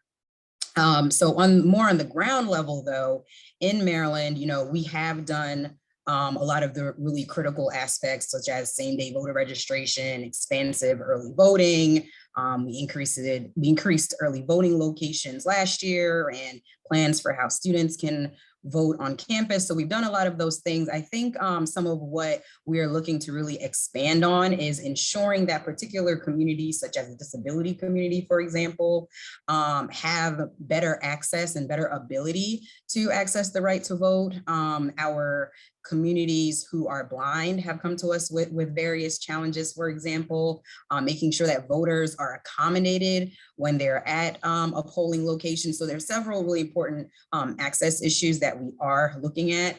But I do think that foundationally across our country, nationally and in the states, the challenge of elected officials being united around the necessity of the right to vote is something that is really appalling. Thank you so much. Ava, same question, specific barriers or challenges that concern you, specifically about the youth vote. Yeah, absolutely. And I would say young people, many populations across the country face specific challenges, but young people definitely face some unique challenges, especially when it comes to registering to vote and getting to the polls. Specifically, our youngest eligible voters, so ages 18 and 19, are often in places of transition, whether it be attending college, graduating from high school, getting new jobs, moving. This is a very difficult time to really get accustomed to the voting process and to register to vote, especially because your address may be changing and there's a lot of different factors that are going on. So honestly, any effort, whether it be cuts to early voting or strict ID laws that are making it more difficult for young people to register and get to the polls is devastating. Young people already turn out to vote at such low rates. I mean, it was 28% in 2018 across the nation. And so any effort to kind of restrict voting impacts youth in a dramatic way. Thank you. What about you, Christine? Yeah, I would actually punctuate the access to early voting and voting and vote by mail, as well as language access. The way it's combined for the Asian American and Pacific Islander community is that in 2020, nearly 3 out of 4 AAPIs voted early or by mail. That's actually more than any other ethnic community. And a lot of that is also because when you're able to vote by mail, then you can actually sit down with your family, get the language assistance that you need to really understand what is on your ballot, and then be able to feel confident that you could cast your vote at your leisure, right? And so when that is being eliminated, that's actually a huge issue for this community. Another area in regards to language access is that, with the going back to the 2020 census, now we have new numbers. Section 203 of the Voting Rights Act now requires that more jurisdictions provide language access and outreach in specific languages. And we need to make sure that these new jurisdictions actually understand and implement a plan properly. There's a lot of jurisdictions that in the past never even did that correctly. And lastly, once again, around language access is that many voters don't even realize that by federal law that you are allowed to bring an interpreter to the polling location as long as it's not someone from your employment. And many times those who are implementing or actually are at the polls, they may be turning interpreters away because they do not understand what the laws are. Maddening. Anathea, same question. Christine, it is such an issue in Indian countries, same with language and like really thinking through like how we are translating to all of the indigenous languages. I totally like feel that. I want to say that like I like don't have much more to add like outside of like the like there was like a vast number of like challenges, but like the way that we think about this is like any obstacle that adds to the distance and time it takes for our communities to vote will impact our ability to exercise that right.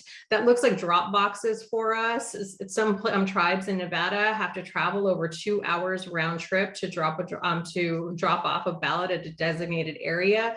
That means like any limitations to like ballot collection and being able to do that for your whole community in a place to get them into a designated place and like restricting any of that is problematic for our communities. Similar to what you said, Ava, around housing and like the address location and verification is that we didn't have addresses in my community at Acoma Pueblo until it was required by the census in order to be counted. And nobody uses them. We still use landmarks as the way that we get around the community. And like the housing instability in our community is real. So we are like consistently moving and shuffling through throughout the dynamics of like different family systems and the being able to like for them not to match up with addresses like voting registration is a huge barrier to our participation. So like same and like different reasons of like getting to like the same challenges is like what's impacting our communities. Thank you all so much. So now let's move to the solutions part. Now that we kind of know, okay, what are the problems that we just identified? Can we just do a whip around another time? What solutions each of you are pushing for or actively implementing that work to overcome these challenges that we all just identified? Maybe Christine, this time we'll start with you, switch it up. What types of solutions is you and your organization advocating for? And I'm gonna assume there's gonna be some overlap, of course, because making voting easier for one population tends to have a ripple effect. I'm also going to take it maybe from a broader perspective is also that we need to strengthen our community-based organizations. There are trusted messengers. And we saw this during the pandemic. They're the same organizations that were dealing with the elections, the census, the pandemic. For us, it was about the dealing with the rise of the anti-Asian violence.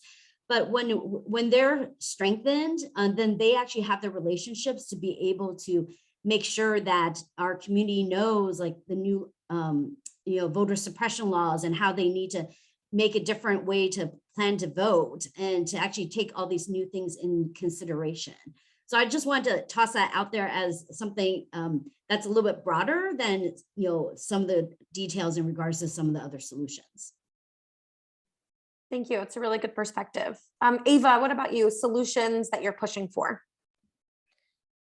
Yeah, so to begin with, at 18 by Vote, as was mentioned earlier, we are strongly advocating for the reauthorization of the John Lewis Voting Rights Act. I think that's where we should begin, but we really don't think that's where we should stop.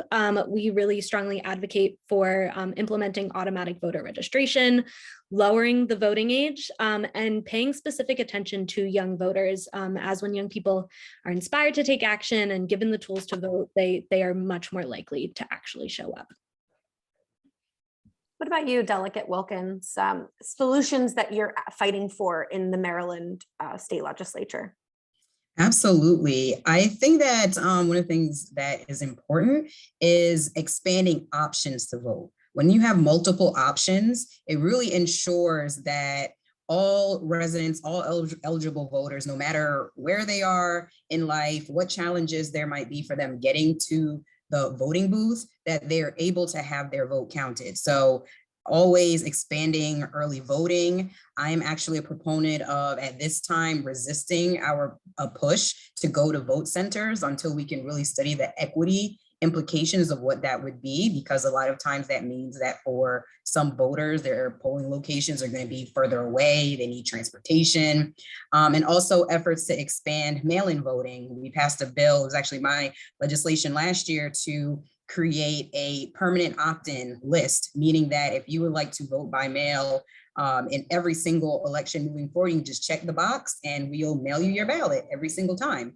And we are hopefully going to get to just more mail-in, be more of a mail-in state, but that is sort of where we are now. So I think as much as possible, we also have the drop boxes so that people have the opportunity to also use the drop box instead of using USPS. So I think as much as possible, expanding the options that are available is absolutely critical to reducing barriers and individuals being able to vote in the way that's comfortable and works for them. Christina, same question, solutions. So many solutions. LDF is working, top down. We obviously support federal voting rights protections and have been on the front line of that work.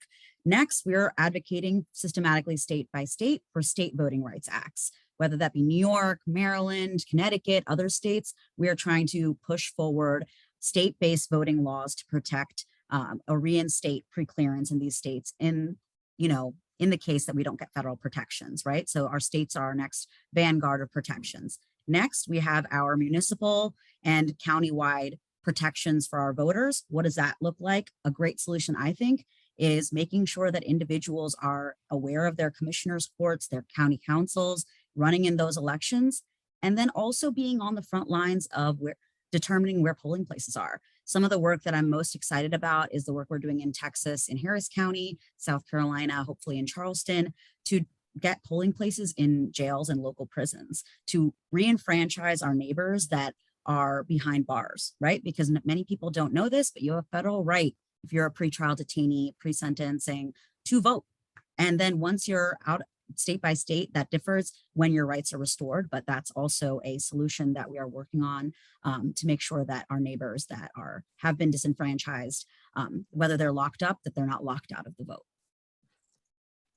Really, really interesting stuff we're talking about. Anathea, last but certainly not least, what are some solutions that your organization is pushing for to help empower Native voters in particular?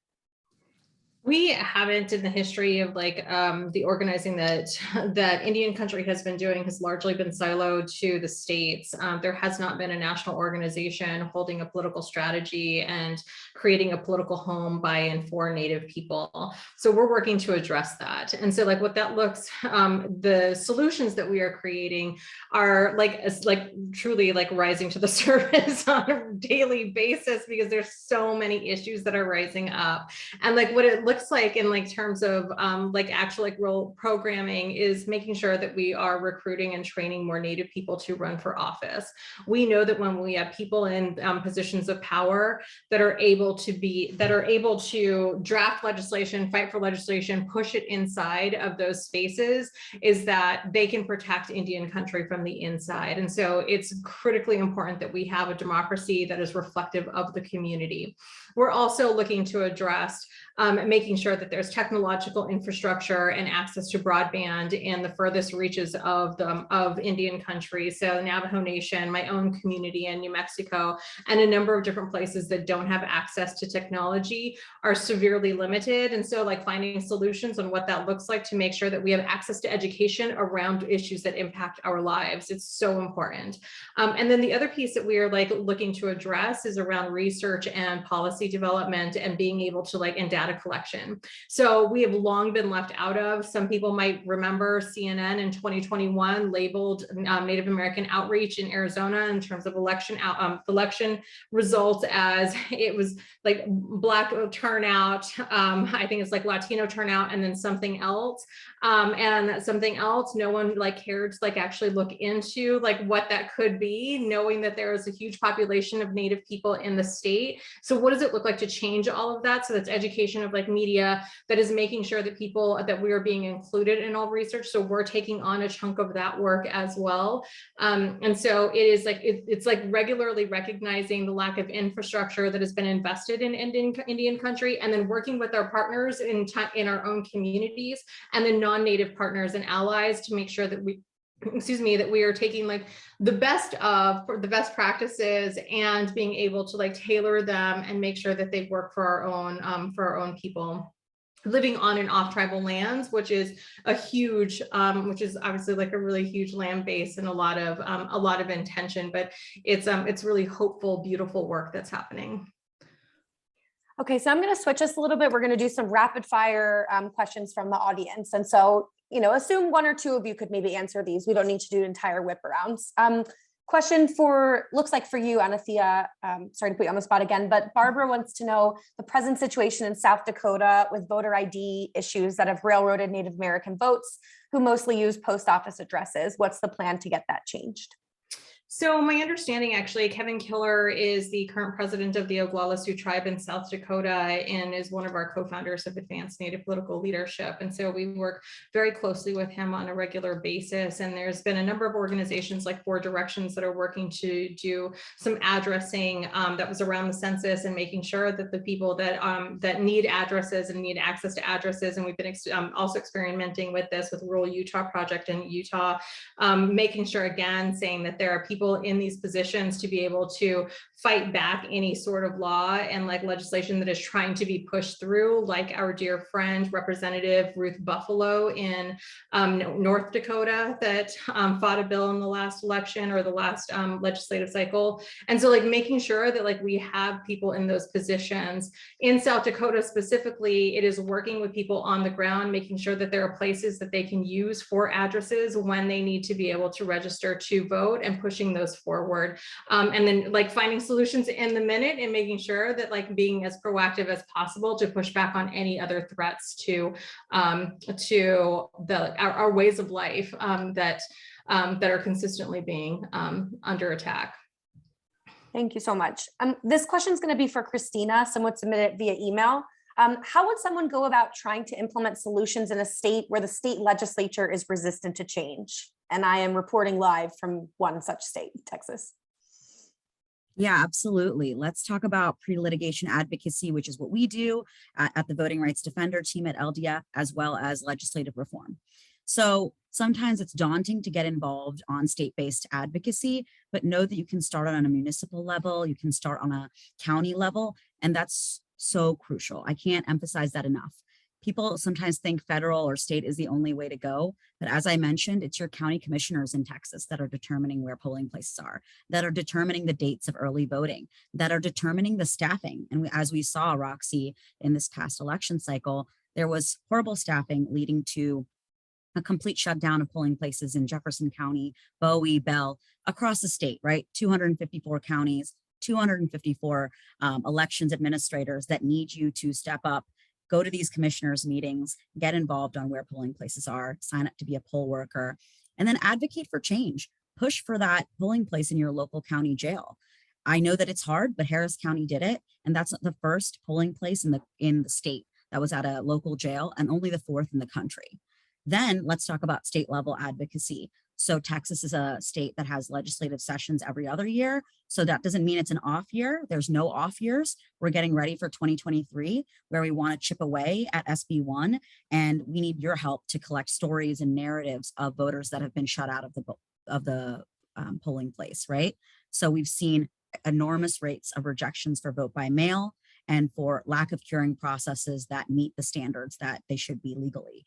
That means that we need you to come with us, whether that be LDF, the League of Women Voters, the Texas Civil Rights Project, and that's just in Texas. This applies statewide, to come and get involved with your community groups and go to the halls of your legislature, call your representatives, and either speak up against bills that are trying to roll back our protections or show up for those bills that do try to expand the right to vote.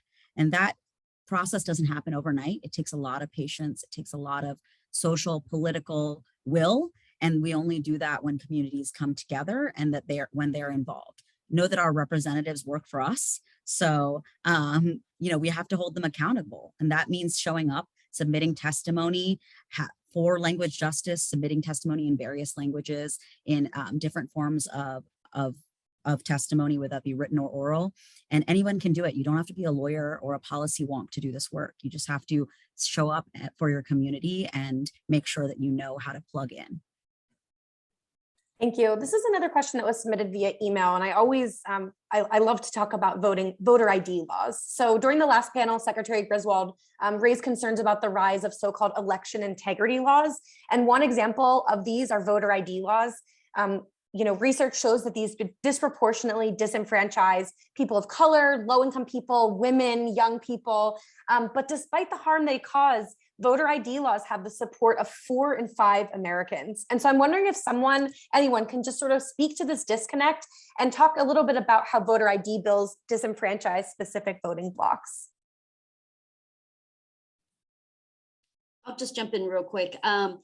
For immigrant voters, typically, immigrant voters just by visually typically are asked for more ID or asked for ID when they don't ask other voters, right? And so I think it's about having those kind of conversations and making sure that individuals like in the immigrant communities, letting them know how this is actually playing out, so they actually understand that these voter ID laws are not necessarily are actually more fraudulent in terms of how it's being framed. Thanks. Anyone else have anything to add about the harm of voter ID laws, kind of correcting this narrative? Sure, I'll just jump in here, and I want to hone in again on our neighbors that are disenfranchised because they are behind bars or subject to, the various discriminations that our criminal legal system has. In that when you are going to prison, you don't have your ID anymore. So even though you have a federal right to vote, you don't have that ID present, or when you go to prison, you don't have access to, digital resources. You can't submit an absentee ballot as easily as other people. So we need to make sure that there are forms of ID for our neighbors that are undocumented or that are, in the process of getting their citizenship status or that are behind bars, right, writ large. And I talk about undocumented people because, let's not dare to dream here, right? We can think, and be inventive. New York just passed municipal voting for those that are undocumented. So we need to be thinking for our 21st century solutions for a 21st century problem. So definitely against voter ID, but where we need it, like in states like Texas, we need to expand access to IDs for those that don't have it when they are incarcerated. So I'm gonna do have y'all share one take action takeaway, but anyone's want to chime in about that voter ID laws?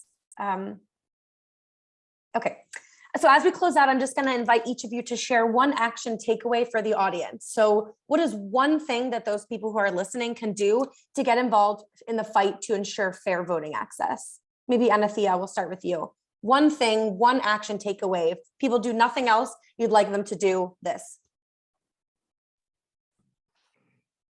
There's so many. I think it's really like doing making the intentional movement to really understand who is not in the room, who's not being represented, consistently asking where those people are. If it is the disability, like a community, if it is the Native community, where are the people that are not being represented, and ask those questions of our leaders, ask those questions of our community members, ask those questions in every single community call and action that you are a part of.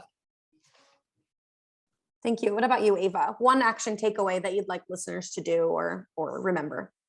Absolutely. And yes, there are so many. But I would say that to invest in youth civic action, particularly with young people from communities that have been historically disenfranchised. But honestly, as simply as it could be, can contact a young person or 5 maybe, and make sure that they have the resources that they need to be an informed voter, to register to vote, and to really make their voices heard. Thank you. Christina. Again, there's so many, but I definitely think being a civic engagement leader in your community, that means showing up to your school board meetings, commissioner court meetings, elections commission meetings. It starts on the ground, right? And that's how we create bottom-up change. So I would advise that everybody get involved and bring 5 friends, like Ava said, to your local meetings. And, whether that means register them to vote, run for an unpaid position in your community. I know that, labor is valuable, but whenever you can give your time, it's going to trickle down and help another person vote. So I think that it's so crucial that we get involved and vote in every single election. That means sheriff, probate officer, whatever that means, that it's just as important as voting for president and senator. And last but not least, Christine, close us out. So I was also going to talk about, relational organizing and, talking to your family and friends and helping them with that process. But I'm going to go ahead and pivot and actually remind folks that even at the federal level with the Biden administration, they actually had an executive order that they signed last year, asking all the federal agencies to see what they can do to make sure that they incorporate voter registration and voter access into their agencies and their programs that they do. So that's at the federal level. But what I'm saying is maybe that's something that we should also look at the local level to see what our local government can do, even without changing laws or legislation, but working with those employees to actually make sure that voting is accessible as much as we can. Well, thank you all so much. This was so inspiring. I feel like I want to go run outside and just run around my block. I'm going to pass it to Katie, who's going to close us out for the day. Again, thank you all for listening. Thank you for your questions. We're going to keep kind of answering them in the chat and answering them as much as we can. So just, again, thank you for your participation and your engagement, all of you listening, all of you participating.